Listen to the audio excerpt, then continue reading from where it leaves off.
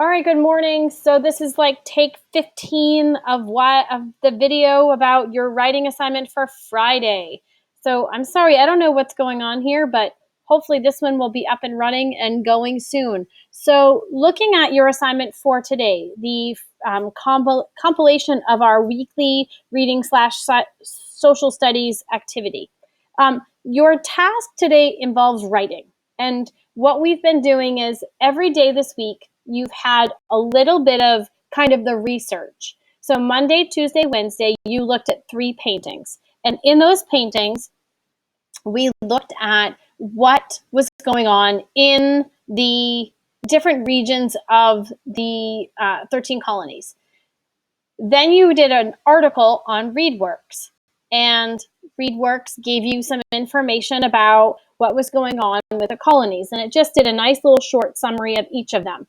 And your job was to highlight the evidence that supported that main idea. So let's look at, for example, let me pull it.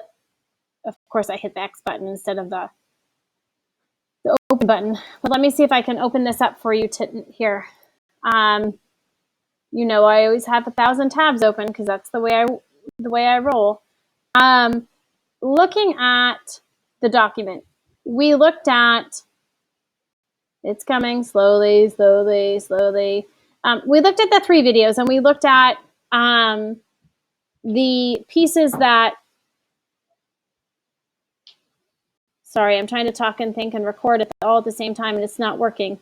All right, I can't pull it up. So we looked at, oh, nope, that's not the right one. Man, gosh, sorry guys, I'm totally off today. All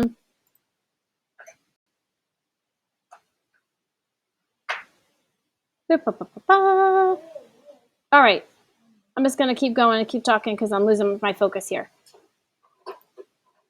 All right, so the first painting was the picture of the people praying or sort of kneeling down in the northern colonies. We looked at the second one of the Native Americans coming into the village and sort of that very important document and the material, and they were sort of having this conversation. And the third one was the southern colonies and the farming, the agricultural piece painting. So today, what I'm asking you to do is write a paragraph. Now, you've been working on your paragraph with Mrs. Kerrigan and writing and using evidence. So today's activity is to write a compare and contrast paragraph. Now, you don't have to do both. You have to do one. And what we've done is given you 2 tools to help you. One is the Venn diagram, and one is the T-chart.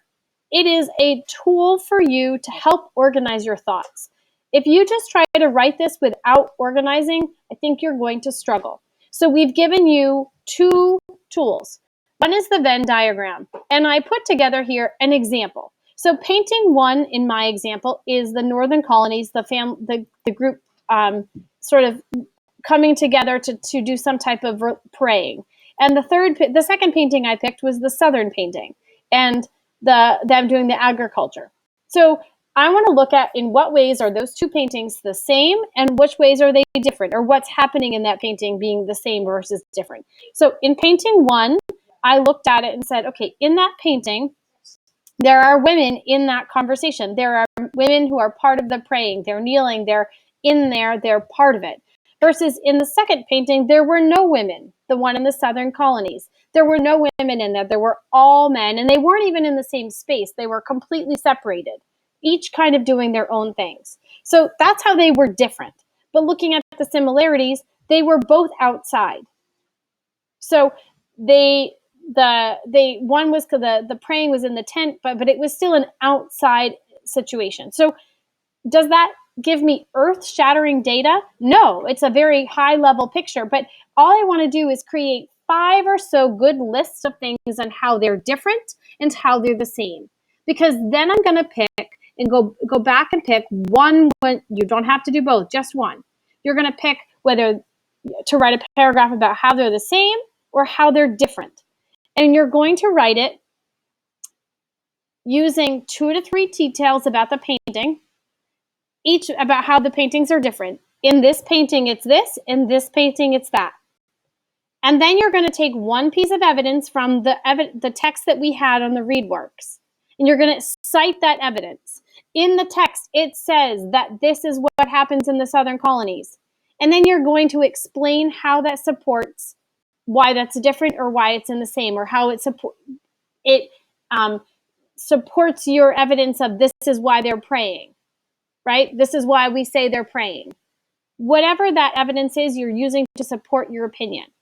So how long should this be? I'm saying 7 sentences at the least. Your introduction first, your 1, 2, 3, introduction, 1, 2, 3, 4, the differences about the details from the painting, a piece of evidence from the text. If you're quoting, make sure you use quotations. Your opinion about why that makes sense. So you can't just throw something in. You have to explain it. So that's that last other, and then the last one is your ending sentence. Pull it all together. Your concluding statement. So you should have no less than 7 sentences in this paragraph. I'm looking for spelling. I'm looking for capitals. If you send me a document without a capital, then you're going to find that you're not going to be successful, because I'm going to send it back to you. You know, 5th grade conventions require capitals at the beginning, periods at the end. This is meant to be a prep. All week you've been prepping, you've been looking and examining. This week is a writing your thinking. Good luck. If you have questions, reach out. Mrs. Kerrigan and I are here to help. Hopefully this video makes it very clear of what you need to do. Again, reach out if you need us. Good luck, guys.